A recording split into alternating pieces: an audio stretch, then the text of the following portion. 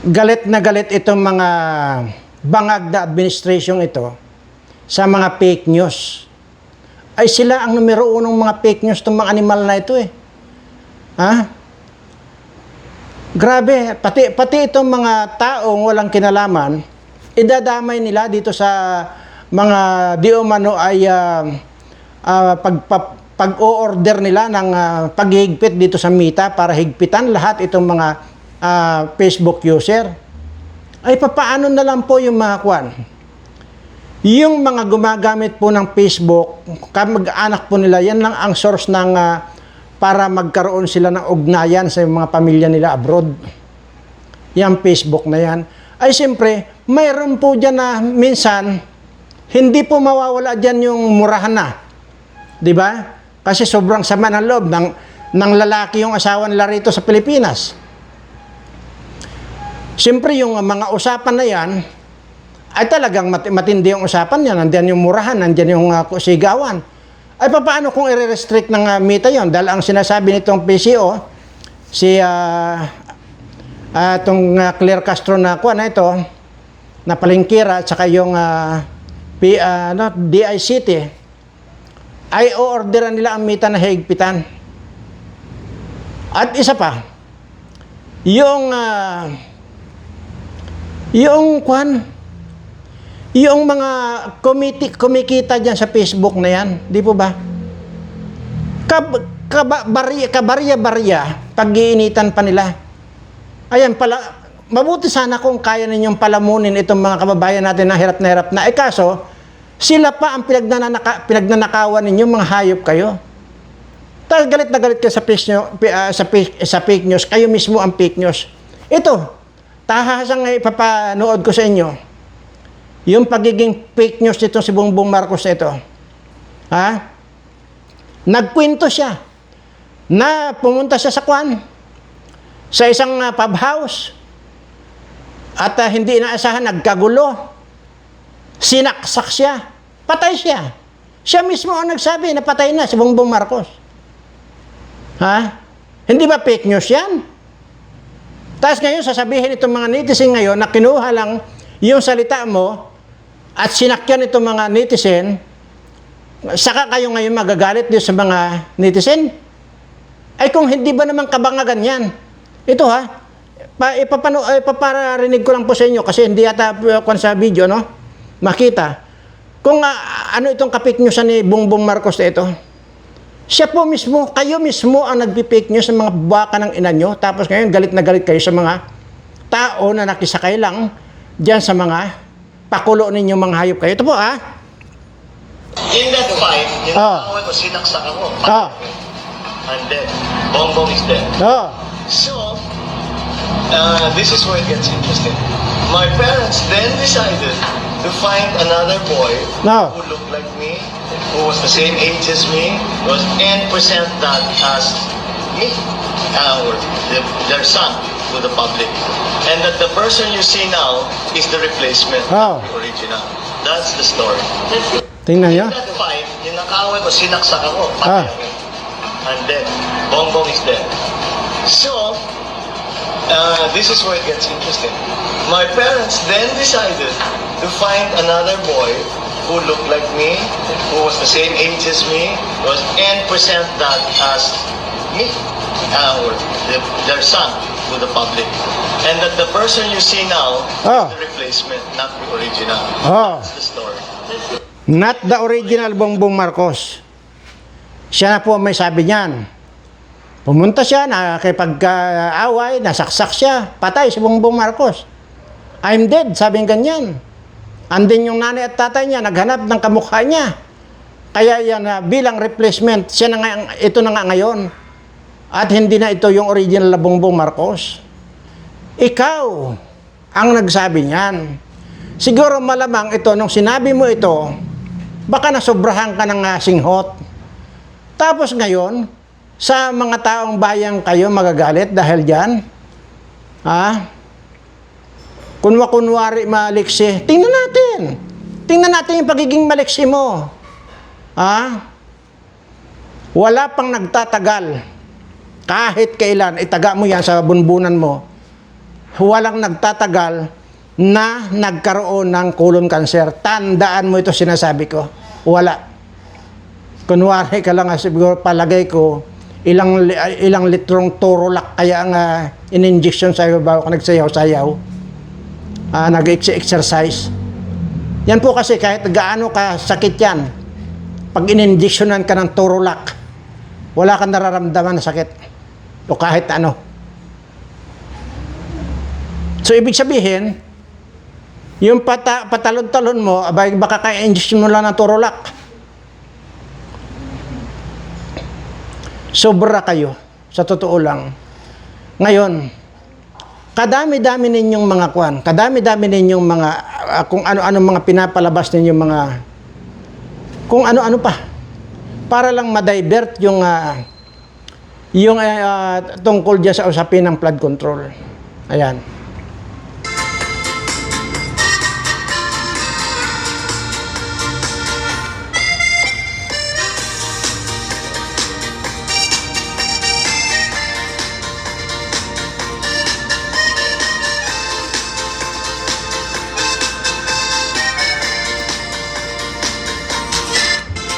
Ito pa, yung pinayagan ni bangag na ito na tumistigo ng kasinungalingan itong Madriaga na ito.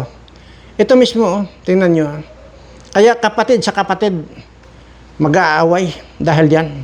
Bongbong, Oh. Pangulong Marcos, Oh! alam mo Oh. katotohanan. Andun ka. Oh. Magkasama tayo. Oh! Kung hindi mo ito ipinag-uutos, Oh. walang dahilan para hindi mo itama ang kasinungalingan. Tama! Huwag mong konsintihin ang mga politikong ginagamit ang sinungaling na si Madriaga. Oh! Yun lang po. Kasi, kita nyo na. Ang pakiwari ko dyan, Diba? Ayun, yun.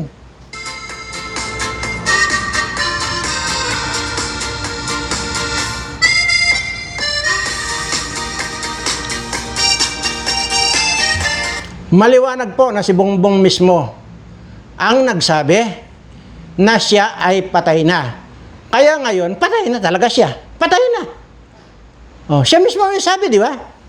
Gusto niyo pa bang iparinig ko? Pero paulit-ulit na tayo. Ha? Talagang ito ang totoong patay na eh. Ha? Dahil ang sinasabi niya, hindi na siya ang original Bongbong. Di ba? Patay na siya eh.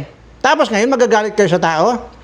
At sasabihin nyo na, kwan, na fake news kami? O lol. Ito nakaway ko, in that fight, nakaway ko, sinaksak ako. Oh. I'm dead. Bongbong is dead. Oh. So, this is where it gets interesting. My parents then decided to find another boy who looked like me, Ah. who was the same age as me, and present that as me, or their son, to the public. And that the person you see now is the replacement Ah. of the original. That's the story. Replacement, not the original Bongbong. So, Bongbong is dead. Siya mismo ang may sabi. Ha? Kaya huwag kayong balat sibuyas ng mga animal ko, lalo nitong kaya ginagarapata ang bilat ito si Palengkira dahil nga dyan sa ganyan eh. Kaya punong-puno ng garapata ang bilat niyan. Kung ano-anong mga pahirap ninyo sa tao. Kung tutuusin, hindi ako magsasalita dyan sa kandal, wala naman akong pakialam dyan sa Facebook na yan. Ha? Pero, ang sinasabi ko lang po dito, marami po sa sa ating mga kababayan ang umaasa po dyan sa Facebook ng ating mga kababayan. Kagaya po lang pag a-upload nila o pag gagawa nila ng mga content nila. Di po ba? Yan po yan. Isa pa, yung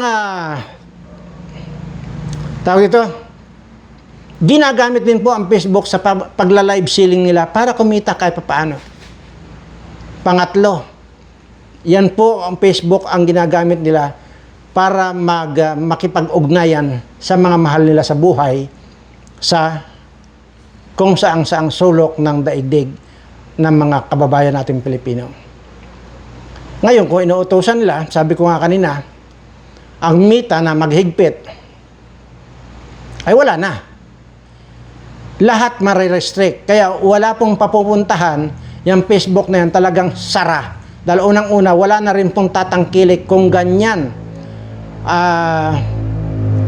Lahat na lang i-restrict ng Facebook ay sino pang gagamit ng Facebook. Di wala. Parang wala pong pagkakaiba doon sa pinaganda lang nila. Kunwari, hihingi lang sila ng konting higpit daw ng mita, kunwari. Pero ang totoo nun, doon po papupunta yan sa magsasara ang Facebook Philippines.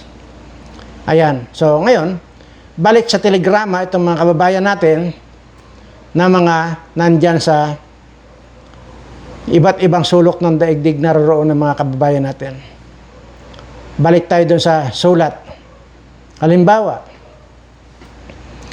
yung isang OFW na umalis na hindi pa nakasalukuyan pa lang na nagkakakras pa lang yung lalaki. Yun dito sa atin. Tapos biglang hindi pa niya naliligawan. Pumunta na halimbawa sa abroad. Sulat na lang, wala nang text kasi wala nang Facebook. O anong sasabihin itong lalaki rito na may crush doon sa nag-abroad? Di susulat ngayon. Mahal kong crush. Isang silakbo ng damdaming nag-aapoy sa liha ng aking puso. Ang nag-aatas o pang ikaipatdan ko ng ganitong liham na kaipalay. Aanhin ko mangingatan at timpiin sa kaibuturan ng aking puso. Ay di ko magawa. Dahil nagpupumiglas ang aking puso at damdamin na para ikaw ay mahalin. Ganon, babalik na naman tayo sa ganon. Di ba? Pero okay yan. Kung ako lang ang tatanungin, okay sa akin. Kahit walang Facebook, kaya lang sinasabi ko po rito. Ay dito po sa mga kababayan natin. Bakit kung sabing okay sa akin? Para po hindi rin makikita nung mga iba pa nating mga kadalagahan, yung mga pinupost ko sa Reels o di kaya sa story ko. Hindi na nila makikita. Ibig sabihin, wala na silang pagnanasaan. Ay ngayon kasi, kabi-kabila yung post ko sa Reels at saka sa story ko. Nakikita nila na yung 177 years old ganitong itsura. Kaya doon nagkaka-interest itong mga kadalagahan natin. Kaya yun ang sinasabi ko na dito, wala pong patid yan araw-araw. Kahit napakainit ang panahon, nakapila sila rito. Kaya sabi ko, inorderan ko lang yung mga tao ko na mag-order na lang kayo kako ng pagkain. Pakainin nyo lang sila at ilagay nyo dito yung isang mahabang lamisa. Pakainin nyo ng lahat itong mga nakapila sa akin na manligaw. Pero pag nagtanong sila kung nasaan ako, sabihin nyo lang na tulog ako. Ganun lang. Hindi ko talaga hinaharap yan. Minsan, hinaharap ko dahil naaawa na rin ako. Pero sa totoo lang talaga, kaya ko sinasabi sa kanila na tumigil na sila sa pagpantasya sa akin dahil wala talagang mangyayari. Hindi ko kailanman ibibigay yung aking matamis na oo sa kanila. Una, sinabi ko naman sa inyo, alam na alam ninyo yan, ayaw ko na pong umibig. Dahil dalang-dala na ako. Nagkaroon ako ng inibig noon na talagang mahal na mahal ko. Pero, anong ginawa? Matapos siyang magpaganda, matapos niyang pagandahin yung kanyang katawan, na naging balingkinitan, ayun, sumama doon sa ibang lalaki. Ngayon, na-realize niya na mas gwapo pa pala ako doon sa sinamahan niya. Kaya yun ang gusto niyang bumalik sa akin. No way. Ano ako? Hindi po ako kalad ka rin. Ayan, para lang maliwanag. So, yan po yan. Ngayon ay plano ko nga dito, parang iniisip ko nga na papustihan ko na lang dito sa lugar ko, papustihan ko lang ng mga pulis dito para sa ganun harangin na yung mga pipila pa rito dahil nakaka-istorbo At saka Hindi mo talaga mapakiusapan. Siguro, naiintindihan ko naman yun dahil dati noon umibig din naman ako. Talagang walang makakapigil noon. Pero sa totoo lang po, hanggang doon sa tingin lang ako crush. Kasi unang-una talagang hindi po talaga ako nanliligaw. Wala po akong niligawan. Kahit na isa doon sa naging ex ko na 999. Imagine mo yan. Isa na lang. 1,000 na. Wala po akong niligawan sa kanila. Isa pa. Kaya ayaw ko na. Dahil sinasabi ko naman po, na baka makatagpo na naman ako ng matakaw. Hindi dahil sa ayaw ko magpakain, no? Sobra. Ay baka po kasi, dito abutan ng pagka, ano yun, ang tawag doon yung overdose. Ano yun? Hindi, impatso. Baka dito abutan ng impatso, naku po, pananagutan ko pa. Ay sa takaw kumain. Sabi ko sa iyo, yung 1 drum na isasaing mo, hindi tatayo yan hanggat hindi ubos ang kwan. Hanggat hindi ubos yung 1 drum na sinaing. Tapos litsonan mo ng buong sambaboy, hindi tatayo yan hanggat di ubos. Kaya habang kumakain niya, nakaupo si Nidoro. Yun ang ayaw ko nang maulit. Imagine mo, kain ng kain. Ay nako, ayaw ko nang sabi. Ay nako, Diyos mio.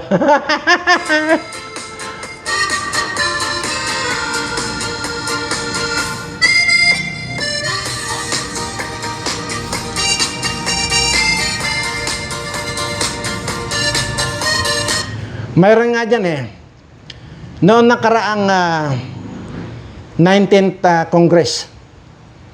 19th Congress. Hindi, 18 Congress. Abay, napakaganda po yung congresswoman dyan. Taga Davao po yan. Sabi ko sa iyo, nung makita ako, nako, parang kung may buntot lang yan, makikita mo yung pagkiwal-kiwal ng buntot niya. Pero wala. Hanggang doon na lang sa tingin niya sa akin. At sinubukan niyang lumapit sa akin, kunwari, nakipagbiso-biso, yung po sa akin, sabi ko, wala ka bang virus ka ako? Baka may virus ka. Pero napakaganda po yan yung congresswoman na yan.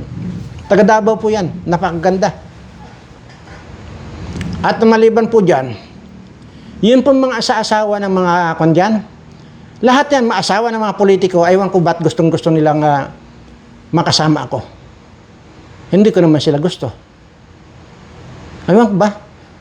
Pero sabi ko, kung kayo'y Tulpo lumapit yan, dito sa magkapatid na Tulpo, Erwin at saka Rapel Tulpo na away, hindi tatanggihan ni Tulpo yan.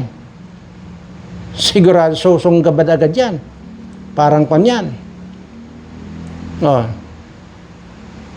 Nagbabayad nga ng 250 hanggang 300,000, tip pa lang yun.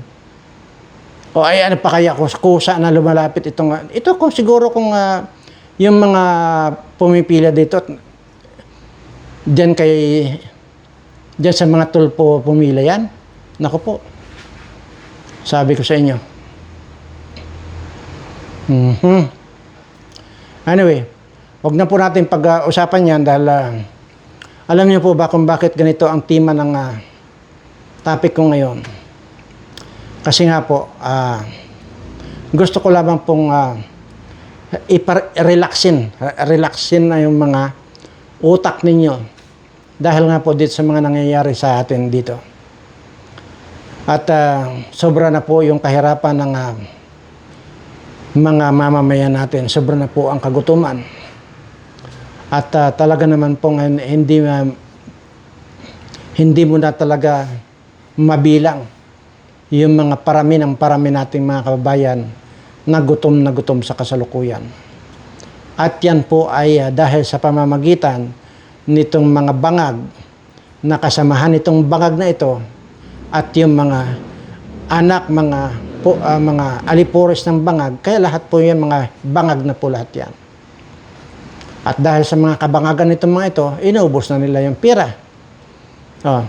Tingnan nyo, si George Garcia, ng Comelec, may malita din palang hayop. Kaya, akala ninyo ganun-ganun lang ha, may malita din palang tinanggap ng hayop. Lahat po sila, mga magnanakaw. Wala pong hindi magnanakaw sa kanila. Kaya, marapat lang na yung susunod na presidente. Kaya nga po, ugaliin niyo pong i-share ito. Lahat ng mga video ko, lalo na yung mga naghahamon ako. Share niyo na po yan, baka sakaling mapanood ng mga susunod na presidente dahil hindi naman natin sigurado kung uupo nga ba si BP Sara. Kasi talagang ginagawan po nila ng paraan. Lahat ng paraan ginagawa nila. Pero nakakalimutan nila, mayroon pang sumusunod na 2 Duterte, pangatlo pa si Kitty. So, yun ang mga kabubuhan nitong mga tanga na ito. Hindi nila alam yung pwedeng mangyari. At pag nagkataon, sabi ko nga, kahit na sino ang presidente, yung ma-appoint lang ako na 1 hanggang 2 buwan lang na mabigyan ako ng posisyon. Talagang tutudasin ko itong mga animal na ito. Pero hanggang dito na lamang po at hindi po ako magsasawa na paalalahanan kayo lagi. Pansamantala mga subscriber ko, ingat po kayo. Lahat po ng pag-iingat gawin ninyo. At siyempre, ang lagi nating bigyan ng priority, yung magdasal tayo, kausapin natin ang Panginoon na para ibigay na po yung lagi kong sinasabi ritong swerteng walang katapusan. Maraming salamat po at mahal na mahal ko po kayong lahat.